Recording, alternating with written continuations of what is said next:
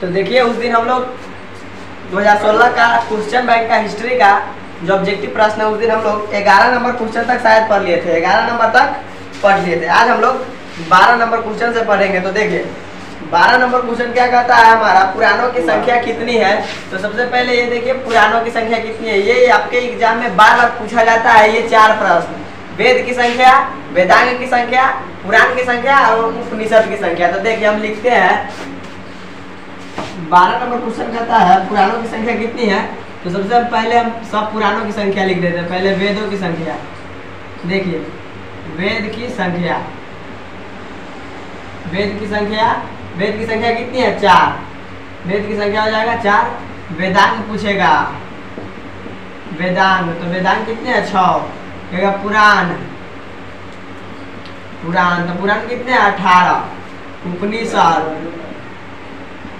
उपनिषद, तो उपनिषद कितने हो जाएंगे 108। तो देखिए ये चारों में से हर हाल में आपके एग्जाम में कोई ना कोई एक नंबर में रहता ही है और सबसे ज्यादा रहता है पुराणों की संख्या। तो ये पुराणों की संख्या कितनी है, तो याद रखिएगा जो पुराणों की संख्या है वो कितनी है 18, यानी पुराणों की संख्या कितनी है 18। याद रखिएगा पुराणों की संख्या 18 है। कहेगा वेद की संख्या, तो वेद की संख्या कितना 4। याद रखिएगा वेद की संख्या 4 है, पुराण की संख्या 18। कहेगा वेदांग की संख्या, तो वेदांग की संख्या कौन है, तो वेदांग की संख्या 6 है। तो 6 वेदांग कौन कौन है, शिक्षा, कल्प, व्याकरण, निरुक्त, ज्योतिष, छंद। कौन कौन, शिक्षा, कल्प, व्याकरण, निरुक्त, ज्योतिष, छंद। और कहेगा वेद कौन कौन है, तो सबसे पहले सबसे प्राचीन वेद कौन है ऋग्वेद, उसके बाद सामवेद, यजुर्वेद, अथर्ववेद। ऋग्वेद, सामवेद, यजुर्वेद, अथर्ववेद, ये 4 वेद है। उसके बाद पुराण की संख्या कितनी है 18। सबसे प्राचीन एवं प्रमाणिक पुराण कौन है, मत्स्य पुराण। सबसे प्राचीन एवं प्रमाणिक पुराण कौन है, मत्स्य पुराण। और कहेगा लिंग पूजा का पहला स्पष्ट वर्णन कहाँ मिलता है, मत्स्य पुराण में। याद रखिएगा लिंग पूजा का जो पहला स्पष्ट वर्णन है वह कहाँ मिलता है, मत्स्य पुराण में। किस पुराण में, मत्स्य पुराण में। और उपनिषद की संख्या कितनी है 8। और कहेगा सबसे बड़ा उपनिषद कौन है, तो याद रखिएगा सबसे बड़ा उपनिषद क्या आएगा, तो बृहदारण्यक उपनिषद। और कहेगा सबसे छोटा उपनिषद, तो याद रखिएगा सबसे छोटा उपनिषद मांडुक्य उपनिषद है। कौन, मांडुक्य उपनिषद, मुंडक उपनिषद नहीं, मांडुक्य उपनिषद सबसे छोटा उपनिषद है। और सबसे बड़ा उपनिषद जो है वो कौन है, बृहदारण्यक उपनिषद। ठीक है, याद रखिएगा। और भारत का जो आदर्श वाक्य है सत्यमेव जयते, वो किस उपनिषद से लिया गया, तो वो मुंडक उपनिषद से। मुंडक उपनिषद सबसे छोटा उपनिषद नहीं है, सबसे छोटा उपनिषद मांडुक्य उपनिषद है। कौन उपनिषद, मांडुक्य उपनिषद।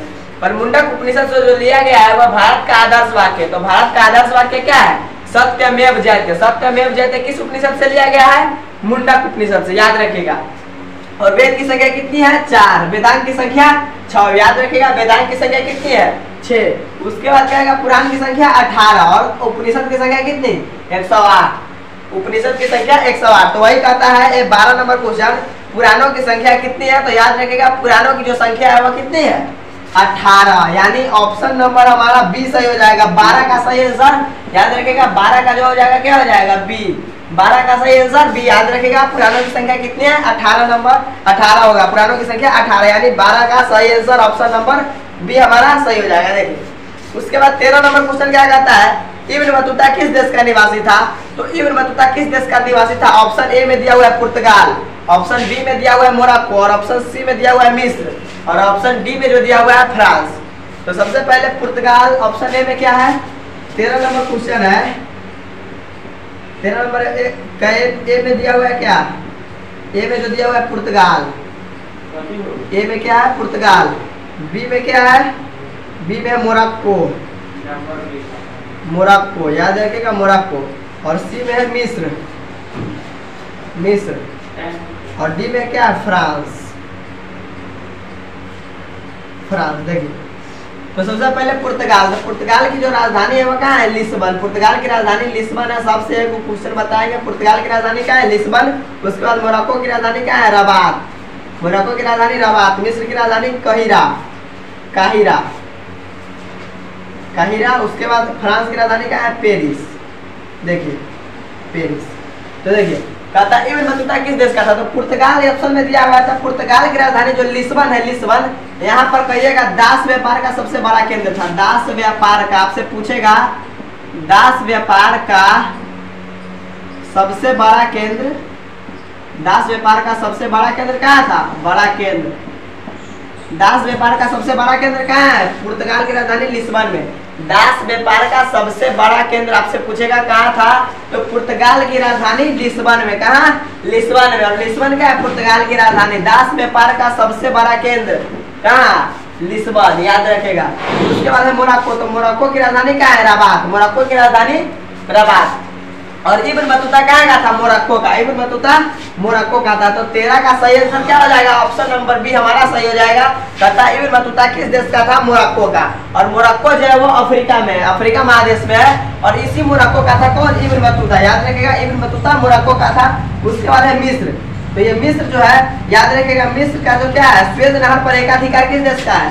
स्वेज नहर का एकाधिकार। स्वेज नहर पर, स्वेज नहर, स्वेज नहर पर एकाधिकार,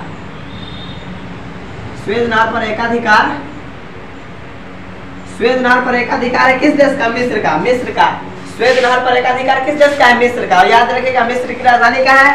काहिरा। मिस्र की राजधानी काहिरा। और स्वेज नहर पर एकाधिकार किस देश का है? मिस्र का। और स्वेज नहर व्यापार हेतु कब खोला गया था? 1869 में। कब? 1869 में। ठीक है, याद रखेगा, स्वेज नहर व्यापार हेतु खोला गया था 1869 में। और स्वेज नहर पर जो एकाधिकार है वो किसका है? मिस्र का। याद रखेगा, मिस्र का स्वेज नहर पर एकाधिकार है किसका? मिस्र का। उसके बाद है फ्रांस। तो फ्रांस की राजधानी क्या है? पेरिस। और याद रखेगा, दुनिया की जो सबसे महंगी शराब है वह क्या मिलता है? पेरिस में। दुनिया की सबसे महंगी शराब किस देश के राजधानी में मिलता है? फ्रांस में। यानी फ्रांस की राजधानी पेरिस में दुनिया की सबसे महंगी शराब मिलता है। दुनिया की सबसे महंगी शराब क्या मिलता है? पेरिस में। याद रखेगा, पेरिस में। और स्वेज नहर पर एकाधिकार किस देश का है? मिस्र का। उसके बाद मोरक्को की राजधानी क्या है? रबात। और इब्न बतूता किस देश का था? मोरक्को का। अब क्लियर हुआ? इब्न बतूता किस देश का था? मोरक्को का। और इब्न बतूता भारत कब आया था? 1333 ईस्वी में। कब आया था? 1333 ईस्वी में। और कब तक रहा? 1342 ईस्वी तक। और कहेगा इब्न बतूता किस शासक के दरबार में आया था? तो इब्न बतूता मोहम्मद बिन तुगलक के दरबार में आया था। मोहम्मद बिन तुगलक तुगलक वंश का शासक था। याद रखेगा, इब्न बतूता मोहम्मद बिन तुगलक के दरबार में आया था। ठीक ना। और दिल्ली से दौलताबाद किस शासक ने राजधानी परिवर्तित की? किस शासक ने राजधानी परिवर्तित किया दिल्ली से दौलताबाद? मोहम्मद बिन तुगलक। याद रखिएगा। क्या कहता है? इब्न बतूता किस देश का था? मोरक्को का। तो ऑप्शन नंबर बी हमारा सही हो जाएगा। और कहेगा इब्न बतूता का यात्रा वृत्तांत क्या है? तो याद रखिएगा, इब्न बतूता का जो यात्रा वृत्तांत है वह क्या है? किताब उर रेहला। क्या? किताब उर रेहला। और ये 1333 ईस्वी में भारत आया, 1342 में चला गया, मोहम्मद बिन तुगलक के दरबार में आया था। और मोहम्मद बिन तुगलक कौन था? दिल्ली सल्तनत का शासक था, तुगलक वंश का। ठीक ना। और कहेगा मोहम्मद बिन तुगलक का शासन काल तो 1325 से 1351। याद रखेगा। ठीक है। उसके बाद पुर्तगाल। तो पुर्तगाल की राजधानी लिस्बन में दास व्यापार का सबसे बड़ा केंद्र था। याद रखेगा, दास व्यापार का सबसे बड़ा केंद्र कहाँ था? पुर्तगाल की राजधानी लिस्बन। ठीक ना। याद रखेगा। तो 13 का सही आंसर ऑप्शन नंबर बी हमारा सही हो जाएगा। ठीक है, आगे बढ़े। अब देखिए 14 नंबर क्वेश्चन क्या कहता है? कुतुब मीनार का निर्माण किसने शुरू किया? कुतुब मीनार का निर्माण शुरू किसने किया? ऑप्शन ए में दिया हुआ है इल्तुतमिश, ऑप्शन बी में दिया हुआ है जलालुद्दीन खिलजी, ऑप्शन सी में दिया हुआ है कुतुबुद्दीन ऐबक, ऑप्शन डी में रजिया। तो 14 नंबर क्वेश्चन है, ऑप्शन ए में दिया हुआ है क्या? इल्तुतमिश। इल्तुतमिश। बी में क्या दिया हुआ है? जलालुद्दीन खिलजी।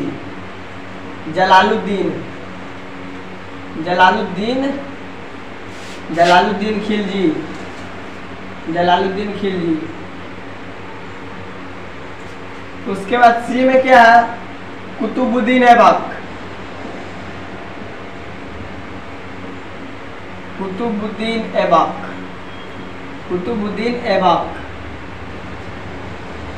याद रखिएगा, कुतुबुद्दीन ऐबक। डी में क्या है?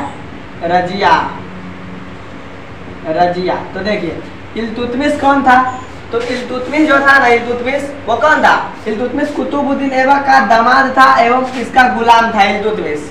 तो सबसे पहले ये हो जाएगा, इल्तुतमिश कुतुब मीनार का निर्माण पूर्ण करवाया। कुतुब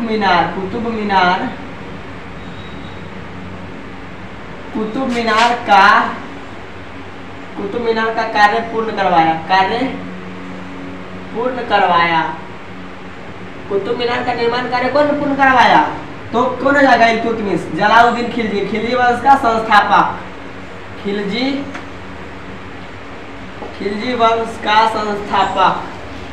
वंश का फाउंडर।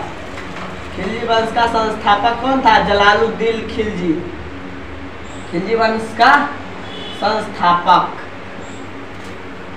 उसके बाद है कुतुबुद्दीन ऐबक। तो कुतुबुद्दीन ऐबक याद रखेगा, कुतुब मीनार का कुतुब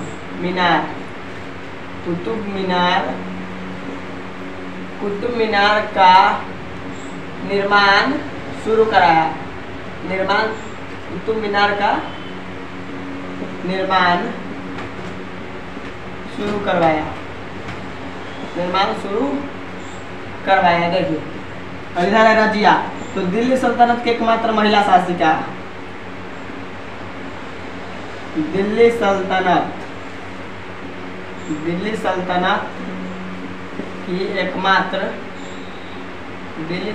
की एकमात्र महिला, यहाँ नहीं बुझाएगा, एकमात्र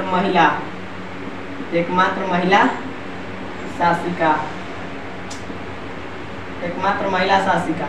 देखिए क्या कहता है, ऑप्शन ए में दिया हुआ इल्तुतमिश। इल्तुतमिश कौन था? तो कुतुबुद्दीन ऐबक का गुलाम था, साथ साथ इसका दामाद भी था। तो इल्तुतमिश ने कुतुब मीनार का जो निर्माण कार्य है वो पूर्ण करवाया था। क्या कुतुब मीनार का कार्य कौन पूर्ण करवाया? कुतुब मीनार का निर्माण का कार्य कौन पूर्ण करवाया? इल्तुतमिश। कौन? इल्तुतमिश। याद रखिएगा, कुतुब मीनार का निर्माण कार्य पूर्ण कौन करवाया? इल्तुतमिश। और ये है जलालुद्दीन खिलजी।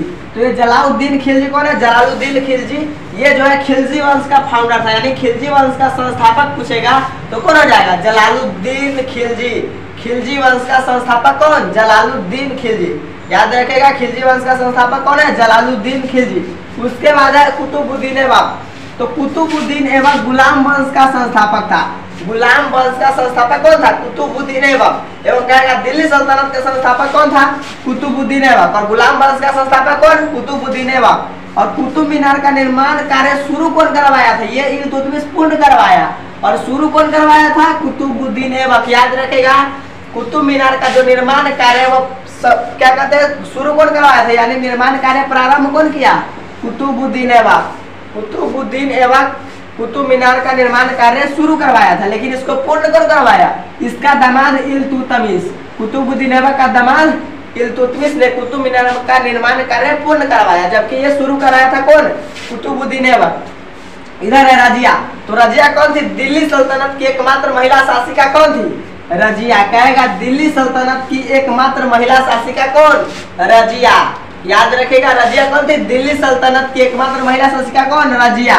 और ये रजिया इल्तुतमिश की बेटी थी। रजिया इल्तुतमिश की बेटी थी। ठीक है। और आपसे ऐसे भी पूछा जाता है कि भारत की प्रथम महिला शासिका कौन थी? तो रजिया सुल्तान। कौन? रजिया सुल्तान। याद रखेगा। और कहेगा दिल्ली सल्तनत की एकमात्र महिला शासिका कौन? रजिया सुल्तान। तो रजिया कौन थी? दिल्ली सल्तनत की एकमात्र महिला शासिका थी। कुतुबुद्दीन ऐबक गुलाम वंश का फाउंडर था, साथ साथ दिल्ली सल्तनत का फाउंडर। उसके बाद कुतुब मीनार का निर्माण कार्य शुरू कौन करवाया? कुतुबुद्दीन ऐबक। पूर्ण कौन करवाया? कुतुब मीनार का निर्माण कार्य पूर्ण कौन करवाया? इल्तुतमिश। जलालुद्दीन खिलजी कौन था? खिलजी वंश का संस्थापक। याद रखेगा। और आपसे तो ये भी पूछा जाएगा ना, कुतुब मीनार का निर्माण अवधि कब से कब तक है? तो याद रखेगा, कुतुब मीनार का निर्माण अवधि कब से कब तक है? कुतुब मीनार का निर्माण अवधि याद रखेगा 1199 एडी से क्या हो जाएगा? 1199 एडी से 1220 एडी। याद रखेगा, 1199 से 1220 एडी तक कुतुब मीनार का निर्माण अवधि है। कब से कब तक? 1199 से 1220 ईस्वी तक। और कहेगा ये कुतुब मीनार है, ये कुतुब मीनार, इसको यूनेस्को के विरासत सूची में, ये बार बार पूछा जाता है, यूनेस्को UNESCO यूनेस्को के विरासत सूची में, यूनेस्को के विरासत सूची में शामिल किया गया। यूनेस्को की विरासत सूची में शामिल किया गया कब? याद रखेगा 1993 में। कब? 1993 में। याद रखेगा। कहेगा जो कुतुब मीनार है इसका निर्माण अवधि कब से कब तक है? 1199 से 1220 ईस्वी तक। 1199 से 1220 ईस्वी तक किसका निर्माण अवधि है? कुतुब मीनार का। याद रखेगा, कुतुब मीनार का निर्माण काल कब से कब तक है? 1199 से 1220। यानी कुतुब मीनार को बनने में जो टाइम लगा था वो 1199 से लेकर 1220 ईस्वी तक। याद रखेगा। तो कितना हो जाएगा? लगभग 21 साल। कहिए 21 साल में कुतुब मीनार बनकर तैयार हुआ था। और कहेगा कुतुब मीनार को यूनेस्को के विरासत सूची में कब शामिल किया गया, तो याद रखेगा वर्ष 1993 में। कब? वर्ष 1993 में कुतुब मीनार को यूनेस्को के विरासत सूची में शामिल किया गया था। कब? 1993 में। और कुतुब मीनार का नींव कौन डाला था? कुतुबुद्दीन ऐबक। इसका कार्य पूर्ण कर करवाया उसका दामाद इल्तुतमिश कुतुब मीनार का निर्माण कार्य पूर्ण करवाया। और कहेगा कुतुब मीनार का जो मरम्मत कौन करवाया था? कुतुब मीनार का मरम्मत कौन करवाया? याद रखेगा कुतुब मीनार का जो मरम्मत करवाया था वो कौन करवाया था? फिरोज शाह तुगलक। याद रखेगा कुतुब मीनार का जो मरम्मत करवाया था फिरोज शाह तुगलक। कौन? फिरोज शाह तुगलक। तो उम्मीद करते हैं ये समझ में आया होगा। तो सही आंसर क्या हो जाएगा? कुतुब मीनार का निर्माण किसने शुरू किया? निर्माण शुरू किया या कराया? शुरू किया। तो लिखे शुरू करवाया कौन? कुतुबुद्दीन ऐबक। यानी ऑप्शन नंबर सी हमारा सही हो जाएगा। 14 का सही आंसर क्या हो जाएगा? Option number C. याद रखें कुतुब मीनार का निर्माण कार्य शुरू करवाया कुतुबुद्दीन ऐबक। 14 का सही आंसर ऑप्शन नंबर सी हो जाएगा। तो देखिए 14 नंबर तक क्लियर हुआ, उसके बाद हम लोग 15 से पढ़ेंगे।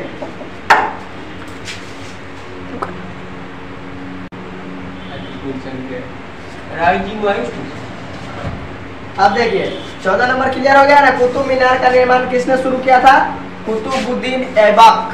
कुतुबुद्दीन ऐबक कुतुब मीनार का निर्माण शुरू किया था। ठीक है, तो ऑप्शन नंबर सी सही हो जाएगा 14 का। अगला क्वेश्चन है 15वां। उत्तर भारत में भक्ति आंदोलन का प्रारंभ किसने किया? यानी उत्तर भारत में जो भक्ति आंदोलन का प्रारंभ है वो किसने किया? भक्ति आंदोलन की शुरुआत कहाँ से हुई थी? सबसे पहले ये जानिए भक्ति आंदोलन की जो शुरुआत हुई थी वो दक्षिण भारत से हुई थी। कहाँ से? दक्षिण भारत से। याद रखेगा भक्ति आंदोलन की शुरुआत दक्षिण भारत से हुआ था। और कहेगा किसके द्वारा भक्ति आंदोलन की शुरुआत की गई थी? तो अलवार नयनार संतों द्वारा। किसके द्वारा? अलवार नयनार संतों द्वारा भक्ति आंदोलन की शुरुआत की गई थी। और कहेगा भक्ति आंदोलन की शुरुआत कहाँ से हुई थी? दक्षिण भारत से। दक्षिण भारत से। लेकिन दक्षिण भारत से भक्ति आंदोलन को उत्तर भारत जो लाया था, कौन लाया था? रामानंद। याद रखिएगा दक्षिण भारत से उत्तर भारत में भक्ति आंदोलन को किसने लाया? रामानंद। तो वही कह रहा है उत्तर भारत में भक्ति आंदोलन की शुरुआत किसने किया? रामानंद हो जाएगा सही आंसर। तो पहले इसका ऑप्शन में क्या क्या दिया हुआ है देखिए।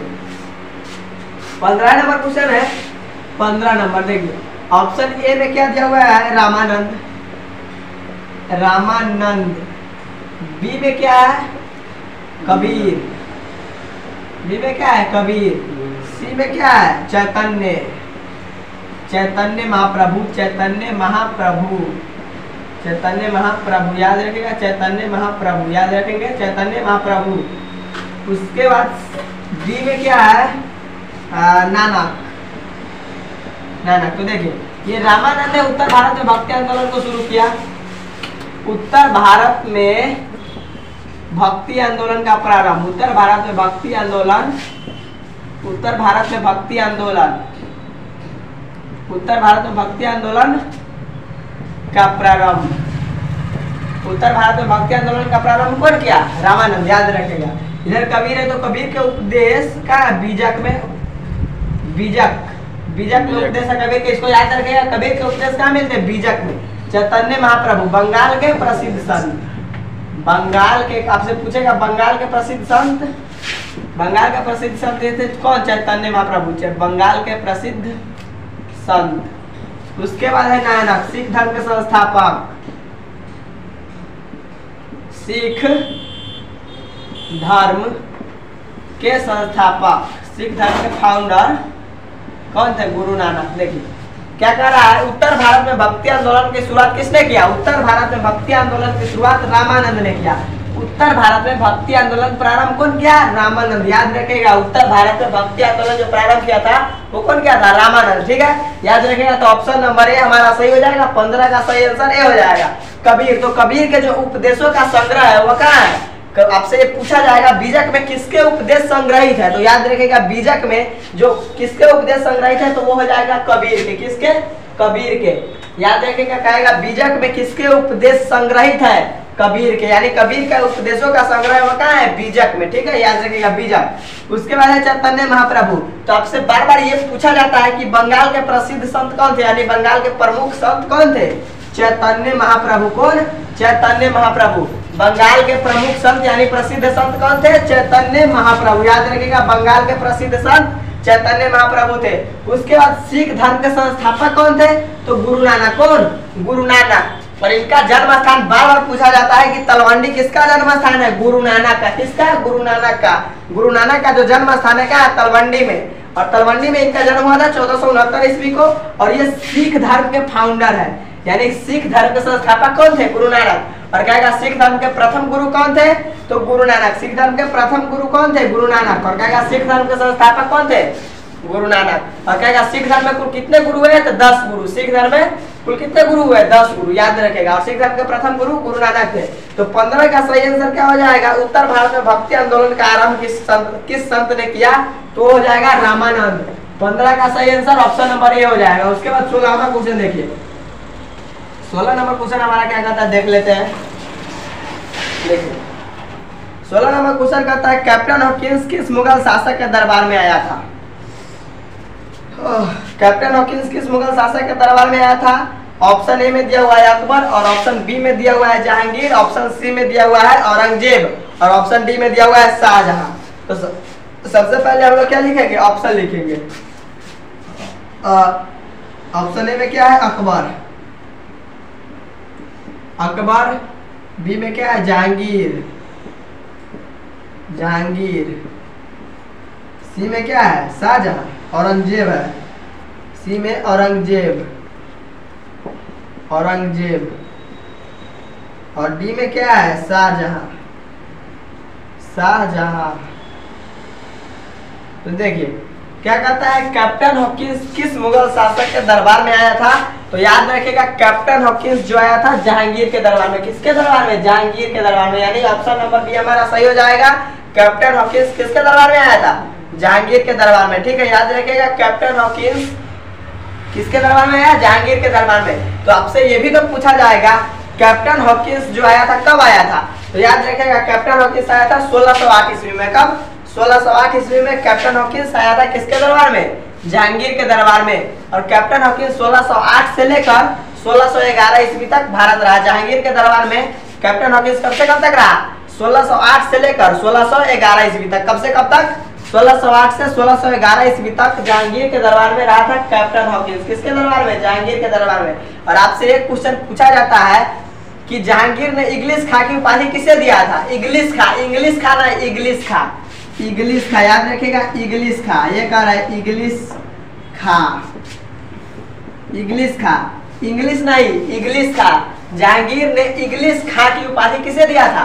कैप्टन हॉकिंस को। इग्लिस खां की उपाधि, इग्लिस खां की उपाधि, इग्लिस खां की उपाधि किसने दी? किसको दिया था? कैप्टन हॉकिंस को। किसको? कैप्टन हॉकिंस को। कैप्टन हॉकिंस कौन था? विदेशी यात्री था कैप्टन हॉकिंस। कैप्टन हॉकिंस किसके दरबार में है? जहांगीर के दरबार में। किसके दरबार में? जहांगीर के दरबार में। कब आया? 1608 में। कब आया? 1608 में। कब से कब तक रहा? 1608 से 1611 ईस्वी तक। ठीक है, उसके बाद जहांगीर ने इग्लिस खां की उपाधि, इग्लिस खां, ये पूछा जाता है, जहांगीर ने इग्लिस खां की उपाधि किसको दिया? कैप्टन हॉकिंस को। किसको? कैप्टन हॉकिंस को। याद रखिएगा जहांगीर ने जो इग्लिस खां की उपाधि दिया था कैप्टन हॉकिंस को दिया था। ठीक है, याद रखिएगा जहांगीर ने इग्लिस खां की उपाधि कैप्टन हॉकिंस को दिया था। अगला कुछ सबसे पहले इसमें दिया हुआ है अकबर। तो अकबर को क्या कहा जाता है? मुगल वंश का वास्तविक संस्थापक।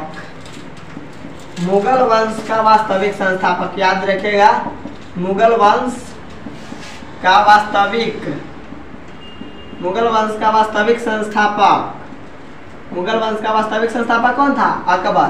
जहांगीर, और याद रखिएगा अकबर को क्या कहा जाता है? जलालुद्दीन मोहम्मद अकबर। अकबर का पूरा नाम क्या है? जलालुद्दीन, जलालुद्दीन मोहम्मद अकबर। जलालुद्दीन मोहम्मद अकबर, जलालुद्दीन मोहम्मद अकबर अकबर का पूरा नाम है। और क्या कहेगा इसके बचपन का नाम? तो याद रखिएगा इसके बचपन का नाम क्या था? जलाल। क्या? जलाल। कहेगा जलाल। कहेगा अकबर के बचपन का नाम क्या था? जलाल। याद रखिएगा जलाल। जलाल कौन था? अकबर। जलाल किसको कहा जाता था? अकबर को। अकबर का जो बचपन का नाम था वो क्या था? जलाल। और कहेगा अकबर का पूरा नाम क्या था? तो जलालुद्दीन मोहम्मद अकबर। क्या था? जलालुद्दीन मोहम्मद अकबर। किसको कहा जाता? अकबर का। अकबर का पूरा नाम था किसका? जलालुद्दीन मोहम्मद अकबर। अकबर का पूरा नाम था। मुगल वंश का वास्तविक संस्थापक कौन था? अकबर। मुगल वंश का वास्तविक संस्थापक अकबर। अब है जहांगीर, तो जहांगीर को क्या कहा जाता? सलीम। क्या? सलीम। जहांगीर को सलीम, औरंगजेब को आलमगीर, आलमगीर और जिंदा पीर, आलमगीर और जिंदा पीर। उसके बाद शाहजहां, तो शाहजहां को क्या कहा जाता है? खुर्रम। याद रखिएगा खुर्रम। क्या कहा जाता है? खुर्रम। खुर्रम याद रखेगा। कहेगा आलमगीर एवं जिंदा पीर किस शासक को कहा जाता है? आलमगीर एवं जिंदा पीर किस मुगल बादशाह को? औरंगजेब को। औरंगजेब को आलमगीर एवं जिंदा पीर कहा जाता है, औरंगजेब को।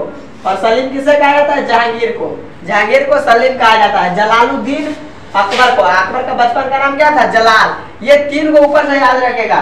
बाबर का पूरा नाम जहीरुद्दीन मोहम्मद बाबर। हम यहाँ लिख देते हैं बाबर। हम तीनों, ये तीनों पूछा जाता है, बार बार आपके एग्जाम में पूछा जाता है। जहीरुद्दीन किस मुगल बादशाह को कहा जाता है? तो बाबर। सबसे पहले बाबर, अब्दू में हो जाएगा हुमायूं, हुमायूं, और तीन में क्या हो जाएगा? अकबर।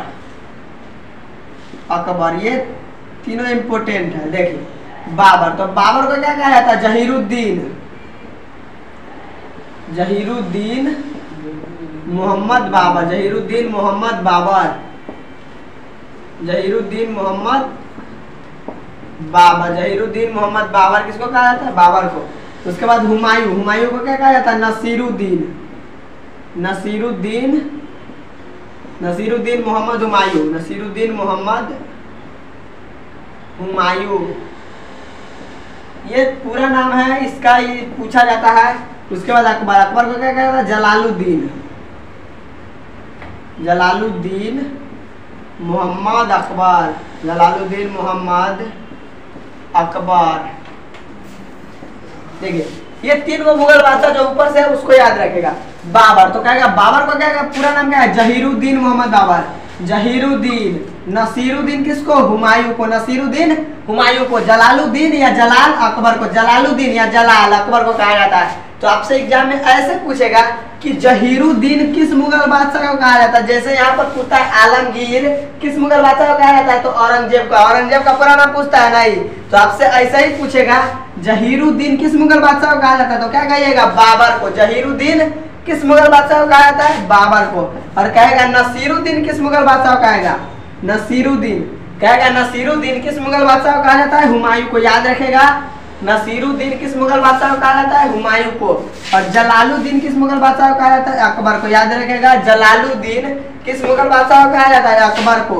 या जलाल किसको कहा जाता है? अकबर को। या जलालुद्दीन अकबर को। नसीरुद्दीन हुमायूं को। जहीरुद्दीन बाबर को। जहीरुद्दीन मोहम्मद बाबर, नसीरुद्दीन मोहम्मद हुमायूं, जलालुद्दीन मोहम्मद अकबर। ठीक है, याद रखेगा। और आलमगीर और जिंदा पीर, ये तो बार बार पूछा जाता है कि आलमगीर, आलमगीर किसको कहा जाता है? औरंगजेब को। आलमगीर औरंगजेब को कहा जाता है। किसको? आलमगीर एवं जिंदा पीर किस मुगल बादशाह को कहा जाता है? औरंगजेब को। शाहजहां का क्या था? शाहजहां का मूल नाम क्या था? खुर्रम। खुर्रम किसको कहा जाता है? शाहजहां को। याद रखेगा। ठीक है, तो ये 16 नंबर क्वेश्चन है। कैप्टन हॉकिंस किस मुगल शासक के दरबार में आया? तो ऑप्शन नंबर बी हमारा सही हो जाएगा। जहांगीर के दरबार में कैप्टन हॉकिंस आया था। 16 का सही आंसर क्या हो जाएगा? ऑप्शन नंबर बी हमारा सही हो जाएगा। जहांगीर के दरबार में कैप्टन हॉकिंस आया था। ठीक है, और 1608 ईस्वी में आया था। 1611 ईस्वी में चला गया। इंग्लिश खाकी उपाधि किसको दिया गया था? तो कैप्टन हॉकिंस को। किसने दिया था? जहांगीर ने। याद रखेगा। तो 16 का क्वेश्चन क्लियर हो गया। अब देखिए, अब हम लोग 17 नंबर क्वेश्चन पढ़ेंगे। 17वां क्वेश्चन कहता है दीन इलाही संबंधित है किससे? तो ऑप्शन ए में दिया हुआ है बाबर, ऑप्शन बी में दिया हुआ है हुमायूं, ऑप्शन सी में दिया हुआ है अकबर, ऑप्शन डी में दिया हुआ है औरंगजेब। तो देखिए 17 नंबर क्वेश्चन है। 17 का ए में क्या है? बाबर, बी में क्या है? हुमायूं, बी में क्या है? हुमायूं, सी में क्या है? अकबर, अकबर, और डी में क्या है? औरंगजेब, औरंगजेब, औरंगजेब। तो देखिए औरंगजेब, तो बाबर क्या था? भारत में मुगल वंश का संस्थापक। भारत में मुगल वंश, भारत में मुगल वंश का संस्थापक, भारत में मुगल वंश का संस्थापक कौन था? बाबर। कब स्थापना हुआ था? 1526 ईस्वी में। कब? 1526 ईस्वी में। याद रखिएगा, भारत में मुगल वंश की स्थापना 1526 ईस्वी में हुई थी। किसके द्वारा? बाबर द्वारा। उसके बाद हुमायूं, तो हुमायूं का जो अर्थ होता है क्या होता है? इसका अर्थ पूछेगा। हुमायूं का अर्थ, तो हुमायूं का अर्थ क्या होता है? भाग्यशाली। ये पूछा जाता है हुमायूं का अर्थ क्या होता है? भाग्यशाली। याद रखिएगा, हुमायूं का अर्थ क्या होता है? भाग्यशाली। अकबर, अकबर मुगल, अकबर दीन इलाही भी शुरू किया था। अकबर बहुत काम किया था, बढ़िया बढ़िया। अकबर क्या है, तो अकबर का याद रखेगा, अकबर मुगल वंश का वास्तविक संस्थापक थे। यहाँ पर लिखिए दीन इलाही शुरू किया, दीन ए इलाही, दीन इलाही, दीन इलाही शुरू किया, दीन इलाही शुरू किया। कब किया ये भी तो पूछा जाएगा। तो 1582 में, कब, 1582 एडी, 1582 एडी में याद रखेंगे, 1582 एडी में औरंगजेब, तो औरंगजेब को क्या कहा था, औरंगजेब ने मंदिर तोड़ने का आदेश दिया, मंदिर तोड़ने का आदेश दिया, मंदिर तोड़ने का आदेश दिया। देखिए ये सारे इंपोर्टेंट क्वेश्चन है बहुत। मंदिर तोड़ने का आदेश दिया 1665 ईस्वी में। कब, 1665 ईस्वी में। देखिए अब हम लोग इसका एनालिसिस करेंगे 1665 ईस्वी में। देखिए क्या कहता है, 17 नंबर, दीन ए इलाही संबंधित है किससे। तो हम यहाँ क्या लिखे, दीन ए इलाही, दीन ए इलाही। तो दीन ए इलाही संबंधित है किससे, अकबर से। दीन ए इलाही किससे संबंधित है, अकबर से। याद रखेगा, दीन ए इलाही किससे संबंधित है, अकबर से। और ये दीन ए इलाही धर्म है, दीन ए इलाही धर्म किसके द्वारा शुरू किया गया था, अकबर द्वारा। और आपसे ये भी तो पूछेगा दीन ए इलाही धर्म कब शुरू किया गया, 1582 ईस्वी में। डेट याद रखेगा, आपसे पूछा जाएगा दीन ए इलाही को कब शुरू किया गया, 1582 ईस्वी में। कब, 1582 ईस्वी में। दीन 1582 ईस्वी में, हाँ सही है, 1582 ईस्वी में दीन ए इलाही शुरू किया गया। कहेगा दीन ए इलाही कब शुरू किया गया, 1582 ईस्वी में। आपसे ये बार बार पूछा जाता है दीन ए इलाही किससे संबंधित है, अकबर से। दीन ए इलाही धर्म को कब शुरू किया गया, 1582 ईस्वी में। और एक और क्वेश्चन इसी से संबंधित पूछेगा, कहेगा दीन ए इलाही धर्म को स्वीकार करने वाला पहला हिंदू शासक कौन था। तो क्या कहिएगा, बीरबल। दीन ए इलाही धर्म को स्वीकार करने वाला पहला हिंदू शासक कौन था, बीरबल। दीन ए इलाही धर्म को स्वीकार करने वाला पहला हिंदू शासक कौन था, बीरबल। और बीरबल का मूल नाम क्या था, महेश दास। क्या, महेश दास। याद रखेगा, दीन ए इलाही धर्म को स्वीकार करने वाला प्रथम हिंदू शासक कौन था, बीरबल। दीन ए इलाही धर्म को शुरू किसने किया था, अकबर। कौन, अकबर। अकबर ने दीन ए इलाही धर्म को कब शुरू किया, 1582 ईस्वी में। कब, 1582 ईस्वी में। और कहेगा दीन ए इलाही धर्म को स्वीकार करने वाला पहला हिंदू शासक बीरबल। याद रखेगा, दीन ए इलाही धर्म को स्वीकार करने वाला पहला हिंदू शासक कौन, बीरबल। ठीक है। उसके बाद है बाबर। तो याद रखिएगा बाबर कौन था, तो बाबर ने भारत में मुगल वंश का संस्थापक था। बाबर भारत में मुगल वंश का संस्थापक था। कौन, बाबर। और आपसे तो ये भी पूछेगा ना कि बाबर ने भारत में मुगल वंश की स्थापना कब की। तो याद रखिएगा, बाबर ने जो भारत में मुगल वंश की स्थापना किया था कब, 1526 ईस्वी में। जब बाबर ने पानीपत की पहली लड़ाई जीता था। तो पानीपत का प्रथम युद्ध कब हुआ था, 21 अप्रैल 1526 को। याद रखेगा, पानीपत का प्रथम युद्ध 1526 में हुआ था। उसी युद्ध को जीतने के बाद बाबर ने भारत में मुगल वंश की स्थापना किया। कब, 1526 में। कहेगा मुगल वंश की स्थापना कब हुई थी, 1526 ईस्वी में। कब, 1526 ईस्वी में। और मुगल वंश की स्थापना कौन किया, बाबर। कौन, बाबर। और कहेगा हुमायूं का अर्थ क्या होता है, भाग्यशाली। याद रखिएगा, हुमायूं, हुमायूं का अर्थ भाग्यशाली। ये पूछा जाता है हुमायूं का अर्थ क्या होता है, भाग्यशाली। हुमायूं का पूरा नाम नसीरुद्दीन मोहम्मद हुमायूं, नसीरुद्दीन मोहम्मद हुमायूं। बाबर का पूरा नाम जहीरुद्दीन मोहम्मद बाबर। अकबर का पूरा नाम जलालुद्दीन मोहम्मद अकबर। तो बाबर भारत में मुगल वंश की स्थापना किया था 1526 ईस्वी में। उसके बाद अकबर। तो याद रखिएगा, अकबर ने दीन ए इलाही धर्म को शुरू किया कब, 1582 ईस्वी में। 1582 ईस्वी में। और अकबर को भारत में, अकबर को क्या कहा जाता है, मुगल वंश का वास्तविक संस्थापक। बाबर को भारत में मुगल वंश का संस्थापक कहा जाता है, लेकिन मुगल वंश का वास्तविक संस्थापक पूछेगा तो याद रखेगा अकबर को कहा जाता है। मुगल वंश का वास्तविक संस्थापक अकबर को कहा जाता है। ठीक है। और दीन ए इलाही धर्म को स्वीकार करने वाला पहला हिंदू शासक कौन था, बीरबल। याद रखेगा, बीरबल। और औरंगजेब। तो औरंगजेब से याद रखेगा, औरंगजेब को क्या कहा जाता है, आलमगीर और जिंदा पीर। आलमगीर और जिंदा पीर किस मुगल बादशाह को कहा जाता है, औरंगजेब को। याद रखेंगे। और औरंगजेब ने मंदिर तोड़ने का आदेश कब दिया था, 1665 ईस्वी में। आपसे ऑब्जेक्टिव में ऐसे पूछेगा कि किस मुगल बादशाह ने मंदिर तोड़ने का आदेश दिया था, तो कौन हो जाएगा, औरंगजेब। कहेगा किस मुगल बादशाह ने मंदिर तोड़ने का आदेश दिया था, औरंगजेब। और आपसे पूछेगा औरंगजेब ने मंदिर तोड़ने का आदेश कब दिया, 1665 ईस्वी में। कब, 1665 ईस्वी में। याद रखिएगा, जो मंदिर तोड़ने का आदेश है, मंदिर तोड़ने का आदेश औरंगजेब ने कब दिया था, 1665 ईस्वी में। कब, 1665 ईस्वी में औरंगजेब ने मंदिर तोड़ने का आदेश दिया। और किस मुगल बादशाह ने मंदिर तोड़ने का आदेश दिया। औरंगजेब, औरंगजेब को क्या कहा जाता है? आलमगीर। आलमगीर एवं जिंदा पीर किस मुगल बादशाह को कहा जाता है? औरंगजेब को। तो 17 नंबर क्वेश्चन कहता है दीन इलाही से संबंधित है किससे? अकबर से, क्योंकि दीन इलाही धर्म अकबर ने शुरू किया था 1582 ईस्वी में। तो किससे हो जाएगा? अकबर से। तो 17 का सही आंसर क्या हो जाएगा? ऑप्शन नंबर सी हमारा सही हो जाएगा। 17 का सही आंसर ऑप्शन नंबर सी सही हो जाएगा। ठीक है, अगले क्वेश्चन पर बढ़े। देखिए 18 नंबर कहता है स्थापत्य कला का सबसे अधिक विकास किसके समय में हुआ? ऑप्शन ए में दिया हुआ है शाहजहां ना, ऑप्शन ए में अकबर, और ऑप्शन बी में जहांगीर, और ऑप्शन सी में शाहजहां, और ऑप्शन डी में क्या है? औरंगजेब। तो 18 नंबर क्वेश्चन क्या कह रहा है हमारा? देखिए स्थापत्य कला का सबसे अधिक विकास किसके समय में हुआ? यही क्वेश्चन है, स्थापत्य कला का सबसे अधिक विकास किसके समय में हुआ? ऑप्शन ए में है अकबर, क्या है? अकबर, याद रखिएगा अकबर। बी में क्या है? जहांगीर, क्या हो जाएगा? बी में जहांगीर। सी में क्या है? शाहजहां, शाहजहां, और डी में क्या है? तो डी में हमारा क्या है? औरंगजेब, क्या है? औरंगजेब, औरंगजेब डी में है। ठीक है, तो देखिए क्या कहता है? ऑप्शन ए में है अकबर। तो अकबर के बारे में बहुत अभी बताए। अकबर आए यहाँ पर लिख लीजिए, जजिया कर समाप्त किया 1564 में। जजिया कर, ये इम्पोर्टेंट है, जजिया कर समाप्त किया। हर एक जगह हर एक नया चीज सीखेंगे, हर एक ऑप्शन पर हर एक चीज नया सीखेंगे। ठीक ना, एक ही ऑप्शन को बार बार दोहराते हैं। तो क्या अकबर को अकबर जजिया कर समाप्त किया।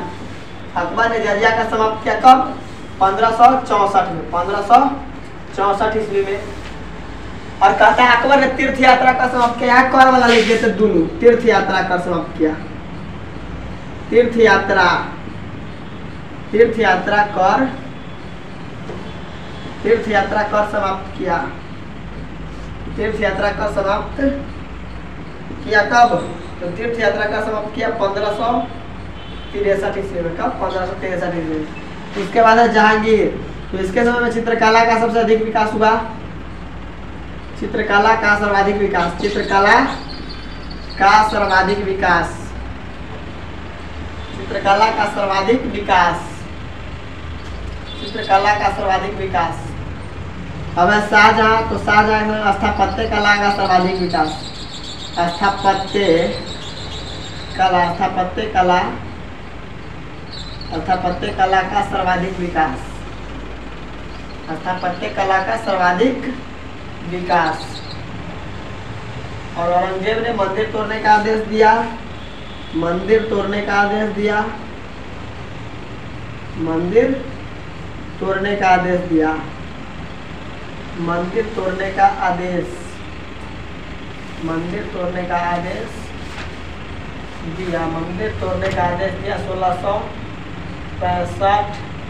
यहाँ पर लिखते हैं 1665 ईस्वी में, 1665 ईस्वी में औरंगजेब ने मंदिर तोड़ने का आदेश दिया।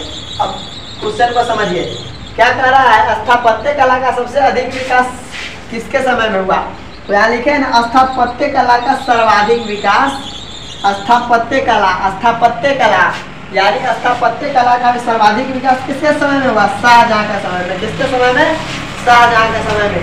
इसीलिए क्या कहा जाता है? मुगल स्थापत्य कला का स्वर्ण काल किस मुगल बादशाह के काल को कहा जाता है? शाहजहां के काल को। याद रखिएगा, स्थापत्य कला का सर्वाधिक विकास किसके समय में हुआ? शाहजहां के समय में। स्थापत्य कला का सर्वाधिक विकास किसके समय में हुआ? शाहजहां के समय में स्थापत्य कला का सर्वाधिक विकास हुआ था। इसको याद रखेगा। और कहेगा चित्रकला का सबसे अधिक विकास, चित्रकला का, ये स्थापत्य कला का। उसके बाद चित्रकला का सबसे अधिक विकास जहांगीर के समय में हुआ था। किसके समय में? जहांगीर के समय में। क्या कह रहा है? चित्रकला का सबसे अधिक विकास किसके समय में हुआ? जहांगीर के समय में। याद रखिएगा, जहांगीर के समय में चित्रकला का सबसे अधिक विकास हुआ था। किसके समय में?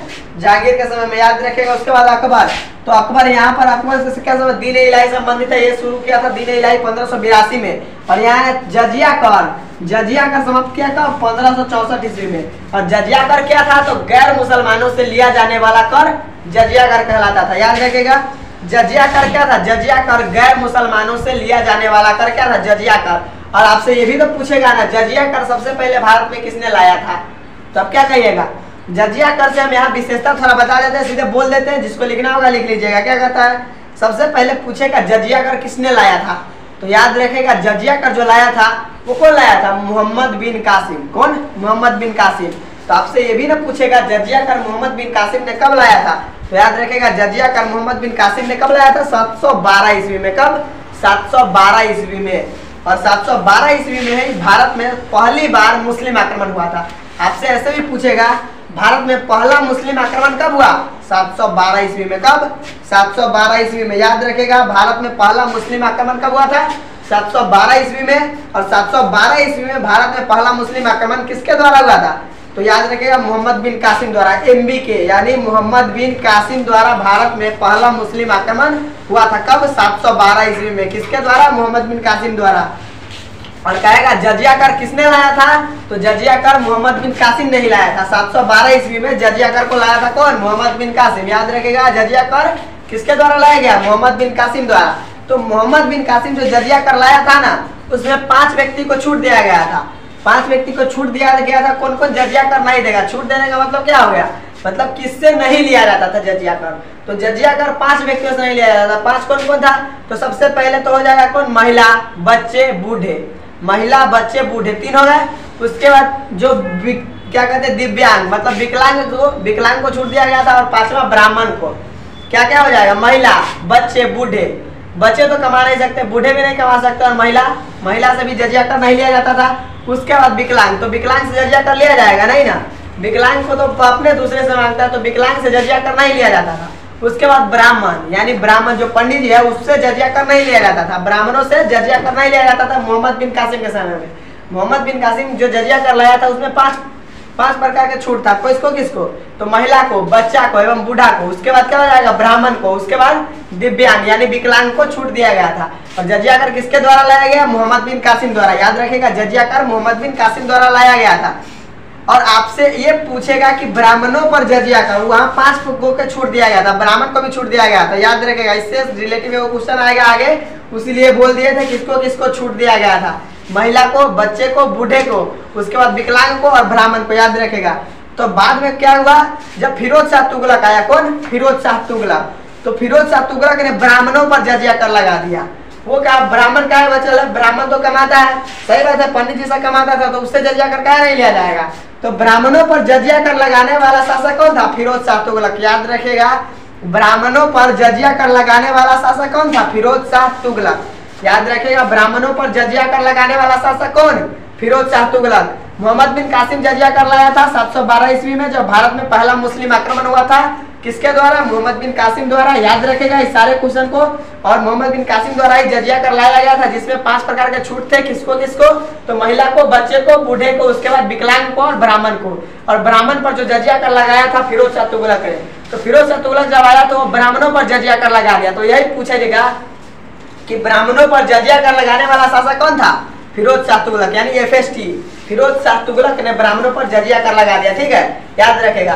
और कहेगा जजिया कर को समाप्त कौन किया था, तो अकबर ने। अकबर ने जजिया कर को 1564 ईस्वी में समाप्त किया। तो यही क्वेश्चन लिख दिए, जजिया कर से संबंधित हर एक जगह नया चीज सीखिए। जजिया कर समाप्त कब किया था, अकबर ने कौन किया था, अकबर। तो कब किया था, 1564 ईस्वी में। तो आपसे पूछेगा ना, अकबर ने जजिया कर को कब समाप्त किया, 1564 ईस्वी में। कब, 1564 ईस्वी में अकबर ने जजिया कर को समाप्त किया। और कहेगा तीर्थ यात्रा कर, अकबर ने तीर्थ यात्रा कर को भी समाप्त किया था।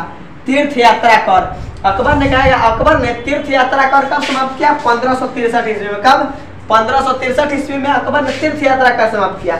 और अकबर ने जजिया कर समाप्त किया 1564 ईस्वी में। कब, 1564 ईस्वी में अकबर ने जजिया कर समाप्त किया और 1563 ईस्वी में तीर्थ यात्रा कर। दोनों में कंफ्यूज नहीं होना है, 1563 1564। तो 1564 क्या है तो जजिया कर, 1563 क्या है तो तीर्थ यात्रा कर। 1564 जजिया कर, 1563 तीर्थ यात्रा कर। और दोनों को समाप्त कौन किया था, अकबर। कौन, अकबर। और जहांगीर, तो जहांगीर के समय में चित्रकला का सर्वाधिक विकास हुआ, इसीलिए मुगल चित्रकला का स्वर्णकाल किसके शासनकाल को कहा जाता है, जहांगीर के शासनकाल को। किसके, जहांगीर के।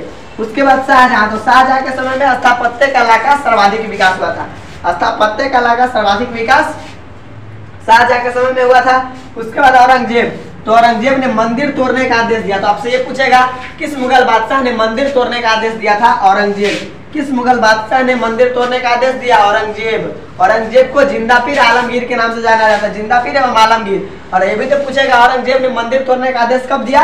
1665 ईस्वी में। कब? 1665 ईस्वी में। डेट याद रखेगा, ये पूछा जाता है। औरंगजेब ने मंदिर तोड़ने का आदेश कब दिया था? 1665 ईस्वी में। 1665 ईस्वी में। तो इसको याद रखेगा। 18 का जो सही आंसर हो जाएगा ऑप्शन नंबर सी। स्थापत्य कला का सर्वाधिक विकास किसके समय में हुआ?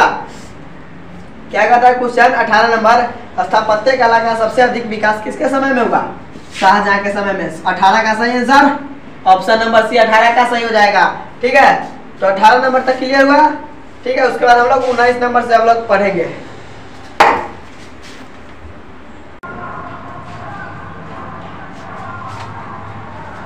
अब देखिए 19 नंबर क्वेश्चन क्या कहता है हमारा?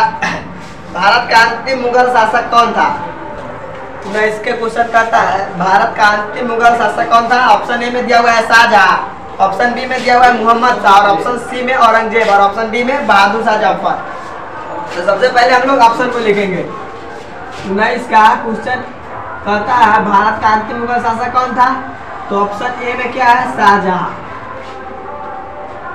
शाहजहां। शाहजहां। बी में याद रखेगा, बी में क्या दिया हुआ है? तो शाहजहां के बाद मोहम्मद शाह। मोहम्मद शाह। मोहम्मद शाह। सी में जो है, सी में औरंगजेब है। सी में क्या है? औरंगजेब। औरंगजेब क्या है? औरंगजेब याद रखेगा। और डी में है बहादुर शाह जफर। बहादुर शाह जफर। बहादुर शाह जफर याद रखेगा। तो देखिए क्या कहता है भारत का अंतिम मुगल शासक कौन था?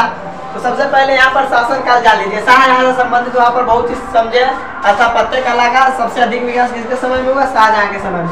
तो शाहजहां को जो शासन काल है कब से कब तक है बताओ? शाहजहां का शासन काल कब से कब तक है?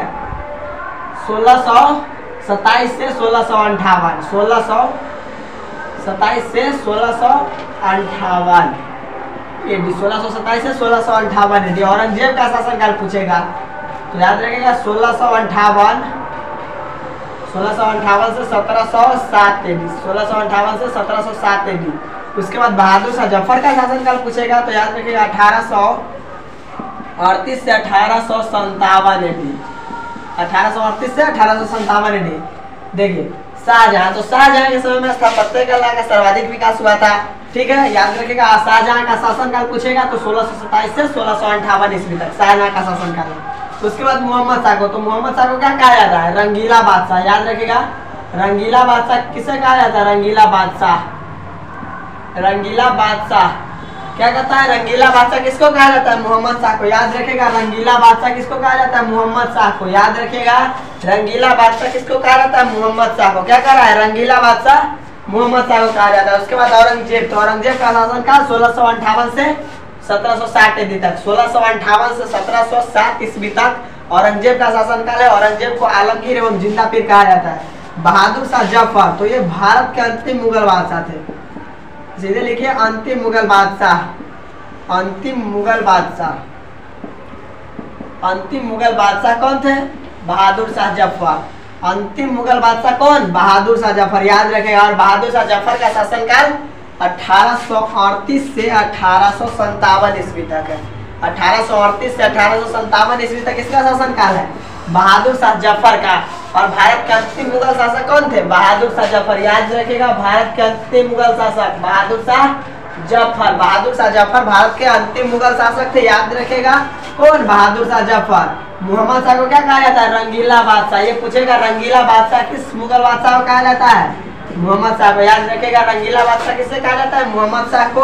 और खुर्रम, शाहजहां को, औरंगजेब को, जिंदा पीर आलमगीर और बहादुर शाह जफर को। याद रखेगा, जब 1857 की क्रांति हुई थी तो 1857 की क्रांति के बाद ही मुगल बादशाह के पद को समाप्त कर दिया गया। 1857 की क्रांति के बाद मुगल बादशाह के पद को समाप्त कर दिया गया। तो 1857 की क्रांति के समय बहादुर शाह जफर को गिरफ्तार करके रंगून में भेज दिया गया। गिरफ्तार करके रंगून में भेज दिया गया। ठीक है, रंगून करने का म्यांमार में, रंगून में भेज दिया गया बहादुर शाह जफर को गिरफ्तार करके। तो ये भी तो पूछेगा बहादुर शाह जफर को कहाँ से गिरफ्तार किया गया? तो याद रखेगा, बहादुर शाह जफर को हुमायूं के मकबरा से गिरफ्तार किया गया, दिल्ली स्थित हुमायूं के मकबरा से। तो ये क्वेश्चन बन गया, हुमायूं का मकबरा कहाँ है? दिल्ली में। हुमायूं का मकबरा दिल्ली में। उसी हुमायूं के मकबरा से बहादुर शाह जफर को गिरफ्तार करके 1857 की क्रांति के समय रंगून में भेज दिया गया था। और बहादुर शाह जफर का शासनकाल 1838 से 1857 AD तक है। और भारत के अंतिम मुगल बादशाह कौन थे? तो बहादुर शाह जफर। तो 19 का क्वेश्चन कर रहा है, भारत का अंतिम मुगल शासक कौन था? Bahadur Shah Zafar. Option number D सही हो जाएगा। 19 का सही आंसर डी। 19 का सही आंसर ऑप्शन नंबर डी सही हो जाएगा। भारत का अंतिम मुगल शासक कौन था? बहादुर शाह जफर 2 या बहादुर शाह जफर। तो 19 का सही आंसर डी हो जाएगा। उसके बाद 20 नंबर क्वेश्चन करता है, तलवंडी में किस प्रसिद्ध संत का जन्म हुआ? तलवंडी में किस प्रसिद्ध संत का जन्म हुआ? तो 20 का ऑप्शन हम लोग लिखेंगे। 20 का ऑप्शन ए में क्या कहता है? तलवंडी में किस प्रसिद्ध संत का जन्म हुआ? तो ऑप्शन ए में मीरा। मीरा। बी में क्या है? बी में कबीर। कबीर। सी में क्या है? सी में गुरु नानक। गुरु नानक। और डी में क्या है? रैदास। रैदास। देखिए, तो मीरा का जन्म कहाँ हुआ था? कुसलीग्राम। कहाँ? कुसलीग्राम में। मीरा का जन्म जो हुआ था कहाँ हुआ था? कुसलीग्राम। कुसलीग्राम राजस्थान का एक गांव है, राजस्थान। राजस्थान में कुसलीग्राम, राजस्थान। उसके बाद कबीर का जन्म कहाँ हुआ था? वाराणसी। वाराणसी। वाराणसी कहाँ? उत्तर प्रदेश। उत्तर प्रदेश, याद रखिएगा, वाराणसी उत्तर प्रदेश। गुरु नानक का जन्म तलवंडी। तलवंडी। तलवंडी कहाँ? पंजाब। पंजाब कहाँ? पाकिस्तान के पंजाब। पंजाब पाकिस्तान। पाकिस्तान। तलवंडी। रैदास का जन्म वाराणसी। वाराणसी। वाराणसी उत्तर प्रदेश, याद रखिएगा, उत्तर प्रदेश। देखिए क्या कहता है हमारा क्वेश्चन, तलवंडी किसका जन्म स्थान है? तो तलवंडी किसका जन्म स्थान है? तलवंडी ये किसका जन्म स्थान है? गुरु नानक का। याद रखेगा, तलवंडी किसका जन्म स्थान है? गुरु नानक का। याद रखेगा, तलवंडी किसका जन्म स्थान है? गुरु नानक का। ठीक है, तलवंडी जो है गुरु नानक का जन्म स्थान है। और गुरु नानक सिख धर्म के संस्थापक थे एवं सिख धर्म के प्रथम गुरु थे। कौन? गुरु नानक। तलवंडी में गुरु नानक का जन्म तलवंडी में 1469 ईस्वी को हुआ था। कब? 1469 ईस्वी में। और कहेगा मीरा, तो मीरा एक महिला संत थी। कहेगा मीरा कौन थी? मीरा एक महिला संत थी। तो मीरा किसकी उपासना थी? मीरा किसकी उपासक थी? तो मीरा कृष्ण के उपासक थी। किसके? कृष्ण को अपना पति मानती थी एवं भगवान मानते थे। तो मीरा का जन्म जो हुआ था कहाँ? कुसलीग्राम में। मीरा का जन्म क्या हुआ? कुसलीग्राम। कुसलीग्राम राजस्थान का एक गाँव है। कुसलीग्राम राजस्थान का एक गाँव है। कुसलीग्राम कहाँ है? राजस्थान में। याद रखिएगा, मीरा का जन्म कहाँ हुआ? कुसलीग्राम में। कहेगा कबीर, तो कबीर का जन्म कहाँ हुआ? वाराणसी। वाराणसी कहाँ है? उत्तर प्रदेश में। कबीर का जन्म कहाँ हुआ? वाराणसी में। कबीर का जन्म वाराणसी में। बीजक में किसके उपदेश संग्रहित है? कबीर के। बीजक में किसके उपदेश संग्रहित है? कबीर के। गुरु नानक कौन थे? सिख धर्म के संस्थापक एवं सिख धर्म के प्रथम गुरु। गुरु नानक का जन्म कहाँ हुआ? तलवंडी में। तलवंडी पंजाब, पाकिस्तान वाले पंजाब में। किस पंजाब में? पाकिस्तान के पंजाब प्रांत में तलवंडी में गुरु नानक का जन्म हुआ था। रैदास, तो रैदास का जन्म कहाँ हुआ? वाराणसी में। रैदास का जन्म वाराणसी में हुआ। वाराणसी कहाँ? उत्तर प्रदेश। याद रखिएगा, रैदास का जन्म वाराणसी में हुआ था। 20 का सही आंसर क्या हो जाएगा? क्या कहता है? तलवंडी में किस प्रसिद्ध संत का जन्म हुआ? तो गुरु नानक का। याद रखिएगा, गुरु नानक का। 20 का सही आंसर ऑप्शन नंबर सी हमारा सही हो जाएगा। 20 का सही आंसर क्या हो जाएगा? Option number C. अब देखिए, अकबर का संरक्षक कौन था? अकबर का संरक्षक 21 नंबर क्वेश्चन कहता है, अकबर का संरक्षक कौन था? तो याद रखिएगा, अकबर का संरक्षक कौन था? बैरम खां। कौन? बैरम खां। ऑप्शन ए में दिया हुआ है बैरम खां। तो 21 का सही आंसर जो हो जाएगा, 21 का सही आंसर क्या हो जाएगा? क्या हो जाएगा? ए। अकबर का संरक्षक कौन था? बैरम खां। अकबर का संरक्षक, अकबर का संरक्षक, याद रखिएगा, अकबर का संरक्षक बैरम खां था। अकबर का संरक्षक कौन था? बैरम खां। अकबर का संरक्षक कौन था? बैरम खां। याद रखिएगा, अकबर का संरक्षक कौन था? बैरम खां। तो बैरम खां कब से कब तक था? तो 1556 से 1560। हो हल्ला ना करना है। 1556 से 1560 ईस्वी तक अकबर का संरक्षक था। कौन? बैरम खां। याद रखिएगा, बैरम खां अकबर का संरक्षक कब से कब तक रहा? 1556 ईस्वी से लेकर 1560 ईस्वी तक, लगभग 4 साल तक अकबर का संरक्षक था कौन? बैरम खां, याद रखेगा। तो वही क्वेश्चन कहता है 21 का अकबर का संरक्षक कौन था? बैरम खां। ऑप्शन नंबर ए हमारा सही हो जाएगा। 21 का सही आंसर क्या हो जाएगा? ए। और कहता है अब्दुल रहीम, तो अब्दुल रहीम खान ने खाना ने, याद रखेगा, अब्दुल रहीम खान ने खाना ने तुजुक ए बाबरी का फारसी अनुवाद किया था बाबरनामा नाम से। क्या? तुजुक ए बाबरी का फारसी में अनुवाद बाबरनामा नाम से 1583 में कौन किया? अब्दुल रहीम खान ने खाना ने। तो अब्दुल रहीम खान ने खाना ने तुजुक ए बाबरी का फारसी अनुवाद किया बाबरनामा नाम से। तुजुक ए बाबरी का फारसी अनुवाद किस नाम से किया गया? बाबरनामा नाम से। कब किया गया? 1583 में। किसके द्वारा? अब्दुल रहीम खान ने खाना द्वारा। अकबर का संरक्षक कौन था? बैरम खां। 21 का ऑप्शन नंबर ए हमारा सही हो जाएगा। ठीक है, अगला क्वेश्चन देखिए। 22 नंबर क्वेश्चन करता है आईन अकबरी किसने लिखा है? तो आईन अकबरी किसने लिखा है? तो याद रखिएगा आईन अकबरी लिखा है अबुल फजल। आईन अकबरी को किसने लिखा? अबुल फजल। याद रखिएगा आईन अकबरी, आईन अकबरी, आईन ए अकबरी, आईन ए अकबरी, आईन अकबरी। उसके बाद अकबरनामा, अकबरनामा, अकबरनामा, आईन अकबरी और अकबरनामा दोनों के लेखक कौन है? अकबरनामा और आईन अकबरी के लेखक जो हो जाएगा क्या हो जाएगा? अबुल फजल। अबुल फजल, याद रखेगा अबुल फजल, अबुल फजल। अबुल फजल ने आईन अकबरी एवं अकबरनामा लिखा था। इधर बाबर, तो बाबरनामा, तुजुक ए बाबरी, तुजुक ए बाबरी, याद रखेगा तुजुक ए बाबरी क्या हो जाएगा? तुजुक ए बाबरी, तुजुक ए बाबरी। तुजुक ए बाबरी के लेखक कौन है? बाबर। तुजुक ए बाबरी के लेखक कौन है? बाबर। याद रखेगा तुजुक ए बाबरी के लेखक कौन है? बाबर। अकबरनामा एवं आईन अकबरी के लेखक कौन है? अबुल फजल। याद रखेगा अकबरनामा एवं आईन अकबरी के लेखक कौन है? अबुल फजल। आईन अकबरी 5 भागों में विभक्त है, 5 भागों में विभक्त, 5 भागों में विभक्त है। क्या? आईन अकबरी, याद रखिएगा 5 भागों में विभक्त। आईन अकबरी 5 भागों में विभक्त है। अकबरनामा 3 भागों में विभक्त है। ओ विकेट चाहिए, 3 भागों में विभक्त, 3 भागों में विभक्त, 3 भागों में विभक्त है। कौन? अकबरनामा। क्या आईन अकबरी कितने भागों में विभक्त है? 5 भागों में। याद रखेगा आईन अकबरी 5 भागों में, अकबरनामा 3 भागों में, अकबरनामा 3 भागों में और आईन अकबरी 5 भागों में। अकबरनामा एवं आईन अकबरी की रचना कौन किया? अबुल फजल। याद रखेगा अकबरनामा एवं आईन अकबरी की रचना कौन किया? अबुल फजल। तुजुक ए बाबरी, तो तुजुक ए बाबरी के लेखक कौन है? यानी तुजुक ए बाबरी की रचना कौन किया था? बाबर। और बाबर भारत में मुगल वंश का स्थापना किया था। मुगल वंश का संस्थापक कौन था? बाबर। और बाबर ने कौन सा पुस्तक लिखा? तुजुक ए बाबरी। तुजुक ए बाबरी किस भाषा में लिखा गया था? तुर्की भाषा में। याद रखेगा ये पूछा जाता है तुजुक ए बाबरी किस भाषा में? तुर्की भाषा में। तुर्की भाषा, तुर्की भाषा। तुजुक ए बाबरी का भाषा क्या है? तुर्की भाषा में तुजुक ए बाबरी लिखा गया था तुर्की भाषा में। और इसी का फारसी में अनुवाद, तुजुक ए बाबरी का फारसी भाषा में जो अनुवाद किया था अब्दुल रहीम खान ने खाना ने। कौन? अब्दुल रहीम खान ने खाना ने तुजुक ए बाबरी का फारसी भाषा में अनुवाद किया था 1500 क्या कहते हैं 1585 ईस्वी में। कब?